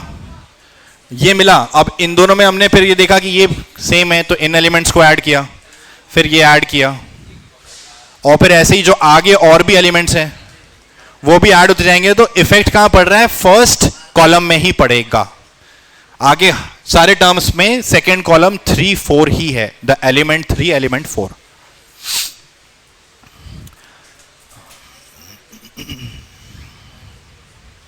अभी भी दिक्कत हो रही है समझने में? किसी को भी हो रही है? समझ में आया? चलो तो फिर ये पहला सीरीज का सम निकाल सकते हैं। क्या है ये? Geometric progression, infinite terms. तो एक मिनट, अब मैं जिससे पूछूंगा वही मुझे बताएगा जीपी का फॉर्मूला पूछना चाह रहा हूं मैं, बोलना नहीं है किसी को भी। A plus A R square up to infinity, और कंडीशन ये है कि आर 1 से छोटा है, मॉड ऑफ आर 1 से छोटा है, तो ये सम किसके इक्वल होगा? एक मिनट, सेकेंड लास्ट रो, बीच में जो सेकेंड लास्ट रो है, थर्ड लास्ट, हाँ जी, रेड टी शर्ट हाथों में। जीपी का फॉर्मूला याद नहीं है? Next, A upon 1 minus R, नहीं बस इनफाइनाइट टर्म है वो, तुम जो बोल रहे हो इनटू, वो फिर एन टर्म्स के लिए होता है जहां पे आर की वैल्यू 1 से छोटी 1 से बड़ी सब हो सकती है, बट अगर आर 1 से छोटा हो तो फिर हमारे पास डायरेक्ट फॉर्मूला है, इसका हम लोग यूज कर सकते हैं यहां पे। ठीक है, सो यहां पे ए फर्स्ट टर्म 1 है और कॉमन रेशियो कितना है? 1/2, हर बार 1/2 मल्टीप्लाई हो रहा है, सो इसमें हो जाएगा a अपॉन 1 माइनस आर, इसमें a कितना है? 2, और जी, हाँ, कॉमन रेशियो यहां पे भी 1/2 ही है, इसमें 1/2 मल्टीप्लाई हुआ, इसमें 1/2 मल्टीप्लाई हुआ, तो r हमारा यहां पे 1/2 है। ठीक है, कितना आ गया आंसर? 2 3 4 4, कितना आ जाएगा? 8 माइनस 12 माइनस 4 माइनस 4, पक्का आ रहा समझ में?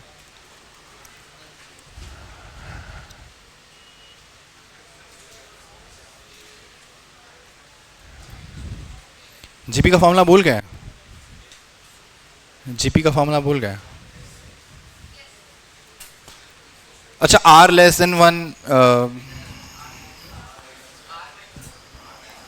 आर 1 से छोटा क्यों बोला है हमने?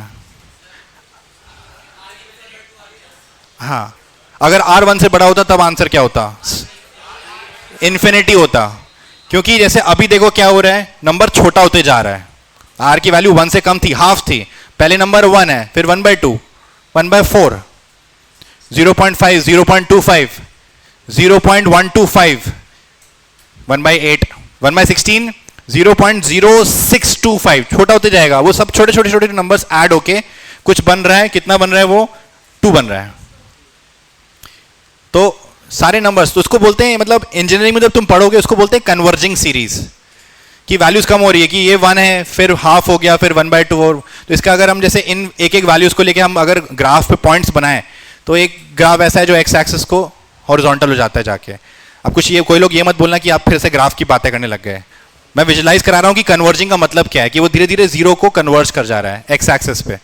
बट अगर आर 1 से बड़ा होता, मान लो 2 होता, तो 1 2 4 8 16 32 64 128 256 512 1024 2048 4096, बस रहने दो ठीक है, मेरे को भी वहीं तक आता है।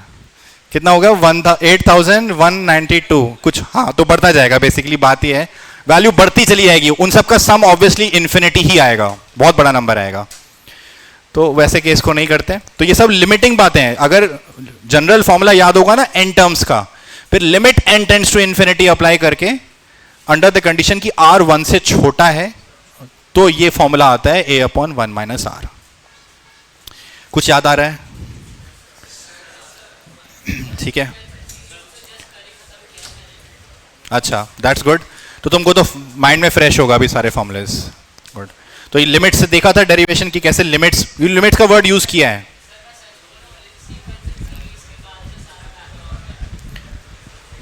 ये तो चैलेंज रहेगा कि जो जो चीज़ें छूटी हुई हैं उसको हमें कैसे भी टाइम निकाल के पढ़ना पड़ेगा। मैं तो बोल रहा हूँ ना सब लोगों को, सभी लोग सुन रहे हैं कि भाई कि 11th का सिलेबस छूटा तो हुआ है, लेकिन उसको कवर करने का यही तरीका है कि हम लोग ऐसे ही जो जो यूज़ है उसको कनेक्ट कर पाएँ। नहीं समझ में आ रहा, लग रहा है कि कौन सी बात हो रही है, हमको बिल्कुल बेचे में घुस ही नहीं रहा, तो उस दिन आप स्पेशली एफर्ट क्या डालोगे, घर जाके बुक खोल के देखोगे, एटलीस्ट उतना तो एरिया पढ़ सकते हैं ना। सीक्वेंस सीरीज नहीं भी अगर आता, क्योंकि उसमें बहुत सारी चीज़ें हैं, बट हम जीपी का टॉपिक तो पढ़ ही सकते हैं। जीपी का टॉपिक एन टर्म्स का formula, sum of N terms का फॉर्मूला, तो मैं बार बार ये बोलता रहूँगा, इतना इतना भी पढ़ते रहें, क्योंकि फिर टेस्ट में अगर सिमिलर क्वेश्चंस आएंगे तब तो बनने ही चाहिए। यस और आएंगे जैसे भी, मतलब जो मोस्टली जो क्वेश्चन बनते हैं मिक्स करके कॉन्सेप्ट्स को, वो हमारा इस टाइप का हम लोग यहाँ पे कवर कर रहे हैं। मेरा कोशिश है कि हम लोग लेक्चर्स में या फिर हम असाइनमेंट्स के जरिए करें। आप लोगों को डीपीपी मिला है? डीपीपी अभी नहीं मिला है। क्या मिला है इसमें? मॉड्यूल डिटर्मिनेंट्स का एक मॉड्यूल मिला होगा, इसमें 4 चैप्टर्स होंगे, relation function, inverse trigonometric function, matrices और डिटर्मिनेंट्स। मॉड्यूल तो मिला है, उससे भी थोड़ा पढ़ना स्टार्ट कर लो खुद से। जितना हम कवर कर रहे हैं उतना थ्योरी, उस पर जो मिनी एक्सरसाइजेस हैं, कुछ कुछ क्वेश्चन है, सॉल्व एग्जाम्पल है, वो देख सकते हैं। ठीक है, चलो आगे बढ़ते हैं। तो ये क्वेश्चन हो गया, इसको छोड़ते हैं अभी, इसको छोड़ो, फालतू क्वेश्चन है। हाँ जी, इसमें आप पता किए क्या प्रॉब्लम है? वो पीडीएफ में कन्वर्ट करने में हो गया। ठीक है, चलो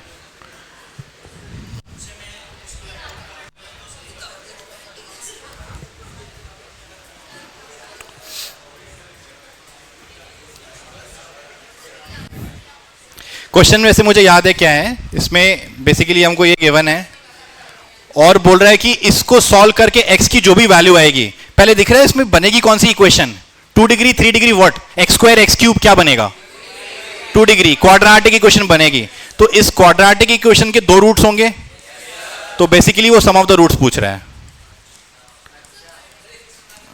सम ऑफ द रूट्स, इसको होमवर्क ले लो, ठीक है? इस डिटर्मिनेंट को लिख लो और find sum of the roots, अपना होमवर्क अब घर जाके इसको करना। अभी थोड़ा सा आगे बढ़ेंगे हम लोग।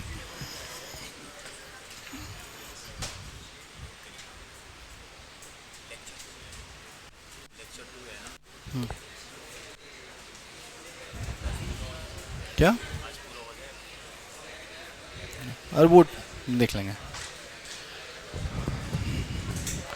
अभी कोई आंसर मत देना, अगर किसी का भी आ जाता है, ये हम डिस्कस कल करेंगे, मैं कल देखूंगा फिर। ठीक है, आगे बढ़ते हैं। हो गया नोट? हाँ जी, अब ये एक बार क्वेश्चन बता देता हूं क्या है।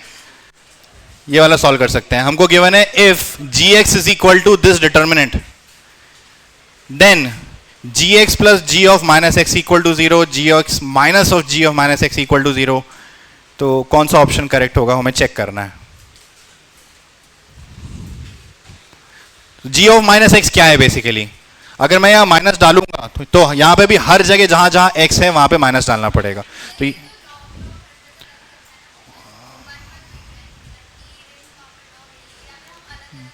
बन सकता है शायद, देखते हैं। बट पहले सबको ये समझ में आया g ऑफ माइनस एक्स क्या है, कि वो रिप्लेस करना है। हाँ जी, तो अब रिप्लेस करने से पहले इसको gx को सिंप्लीफाई करना है। फिर से लॉग की प्रॉपर्टीज का यूज है। पहला जो कॉलम है ये तो ठीक है, इसमें कुछ सिंप्लीफिकेशन हो सकता है।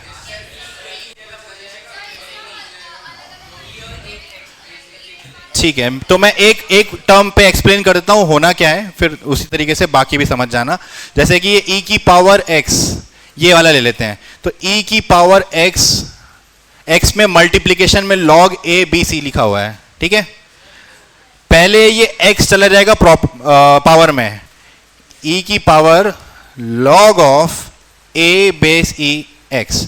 अब ये कैसे गया, मैं सबको यहां प्रॉपर्टी भी साइड साइड में लिख के बता रहा हूं। हमारे पास बहुत सिंपल सी प्रॉपर्टी है, log ऑफ a की पावर n, तो ये n आ जाता है मल्टीप्लिकेशन में, n इंटू log a। ये देखा होगा काफी लोगों ने, ठीक है? बेस मैंने लिखा नहीं है, मैं लिख दूंगा, कुछ भी हो सकता है। तो अगर a की पावर में n है तो वो n प्रोडक्ट में आ जाता है log फंक्शन के साथ। ये log की प्रॉपर्टी है। इसका हमने यहां उल्टा यूज किया है कि प्रोडक्ट में था तो पावर में ले जाओ। आ रहा है, स्टेप बाय स्टेप करने दो बस। आगे, हाँ आगे अब क्या करें? आगे एक और प्रॉपर्टी बताता हूं मैं, बहुत प्रॉपर्टीज की जरूरत पड़ेगी।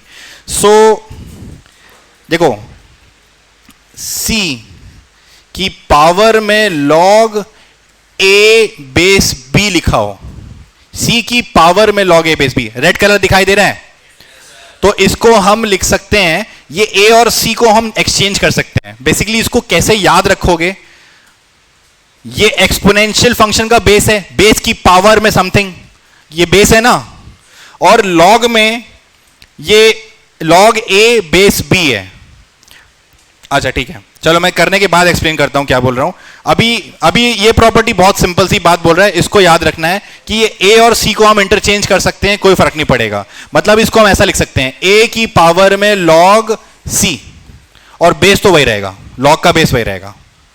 बेसिकली हम सी और ए को इंटरचेंज कर सकते हैं, सेम चीज है। तो इस प्रॉपर्टी से अगर ये हम अप्लाई करेंगे यहां पे, तो ये क्या बनेगा, ई ऊपर जा सकता है, ए की पावर एक्स नीचे आ सकता है, तो ए की पावर एक्स नीचे आएगा और ये ई ऊपर चला जाएगा। अब लॉग ई बेस ई की वैल्यू कितनी होगी, 1, तो ये हो गया सिंपली ए की पावर एक्स, यही तुम कह रहे थे। तो वो स्टेप बाय स्टेप करेंगे।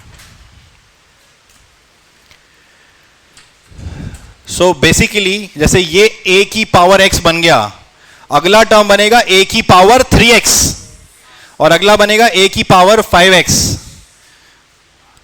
लिख दो डायरेक्टली। सो gx, मैं नेक्स्ट स्लाइड में लिख रहा हूं, gx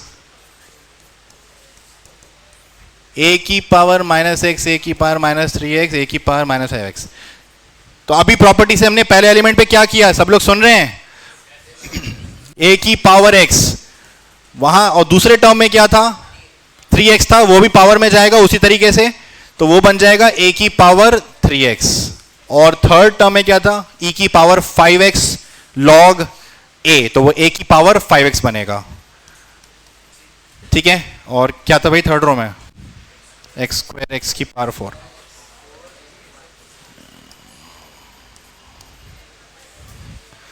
ये सिंप्लीफाई हो गया। प्रॉपर्टी समझ में आई लॉग की, टफ है, अच्छा इजी है तो अच्छी बात है। चलो तो अब तो फिर डन हो गया। अब अगर हम g ऑफ -x निकालेंगे, तो माइनस यहां पे भी रखेंगे, यहां पे भी, हर जगह, तो ये क्या बनेगा, a की power minus of -x, minus of -3x, minus of -5x, यहां पे a की पावर -x, a की पावर 3x, a की पावर -3x -5x, ठीक है, और यहां पे -x का स्क्वायर -x की पावर 4। तो क्या सिंप्लीफाई हो गया, a की पावर x, a की पावर 3x, a की पावर 5x, a की power -x -3x -5x and -x², x की पावर 4 1। तो क्या फर्क है gx में और g ऑफ -x में, इसको इंटरचेंज करेंगे, कॉलम 1 और कॉलम 2 को। सो c1 एंड c2 को इंटरचेंज किया तो g of -x will be a की पावर -x, a की पावर -3x, a की पावर -5x, और ये हमारा आ जाएगा सेकंड कॉलम, a की power x 3x and 5x, x² x की पावर 4 एंड 1, और एक माइनस साइन आएगा इस ऑपरेशन की वजह से। तो ये क्या बन गया, gx बन गया। तो g of -x is equal to minus of gx। तो क्या प्रूव हो गया, कौन सा ऑप्शन मैच कर रहा है, फर्स्ट वाला। ये देखिए, अराबिक भाषा वो है, मेरे को भी पता है, वो कभी कभी पीपीटी से पीडीएफ में कन्वर्ट करने से। देखते हैं 5 मिनट बाद देखते हैं।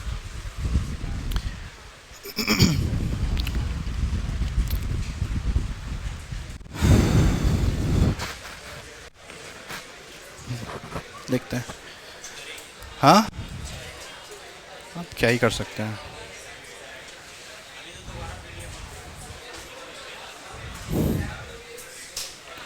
हाँ जी,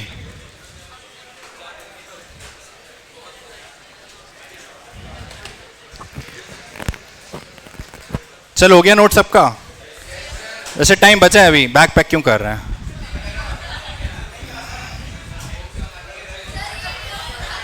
रहने दो, रहने दो, ठीक है कोई बात नहीं। ठीक है तो बस बस एक मिनट बैठ जाओ, बस एक मिनट बैठ जाओ। तो अपन अपना आज यहीं ख़त्म कर रहे हैं, ठीक है। और भी जैसे प्रॉपर्टीज़ थी। हाँ जी, क्या चीज़? लास्ट स्लाइड लिख रहा है। बैठे रहें सब, बैठे रहें, अभी अभी नहीं उठ रहे हैं। देखो एक चीज़ मैं लेकिन बता देता हूँ, अगर टाइम पे क्लास ख़त्म करना चाहते हो, मेरी क्लास में एटलीस्ट, तो टाइम पे स्टार्ट करना है। आप लोगों को आगे बैठ जाना है अपना, भले यहाँ थोड़ा सा हम लोग 5 मिनट्स लग सकता है हमारे कोऑर्डिनेशन में, बट आप लोग आगे कोशिश करो कि टाइम पे सेटल हो जाओ। 5 मिनट्स मान के चलो, 5 मिनट्स का बफर टाइम मान के चलो। चलो हो गया ना नोट? देखो लास्ट में बस एक चीज़ बताना चाह रहा था मैं, अभी फ़िलहाल के लिए ये चीज़ जान लें इसके बारे में। यस, इसके बारे में पता है तो भाई अपने फ्रेंड्स को भी इसके बारे में इन्फॉर्म करें, आपको भी कुछ पॉइंट्स मिलेंगे। यस, ये QR कोड स्कैन कर सकते हैं, अपने घर में जाके स्लाइड देखेंगे, स्लाइड खोलें, वहाँ से इसको स्कैन करें, स्कैन करके फ्रेंड को बताएं PW के ऐप के बारे में, विद्यापीठ के बारे में, वो ज्वाइन करेगा, सबका फ़ायदा होगा। ठीक है, चलो फिर हम लोग नेक्स्ट क्लास में मिलेंगे फिर, ठीक है।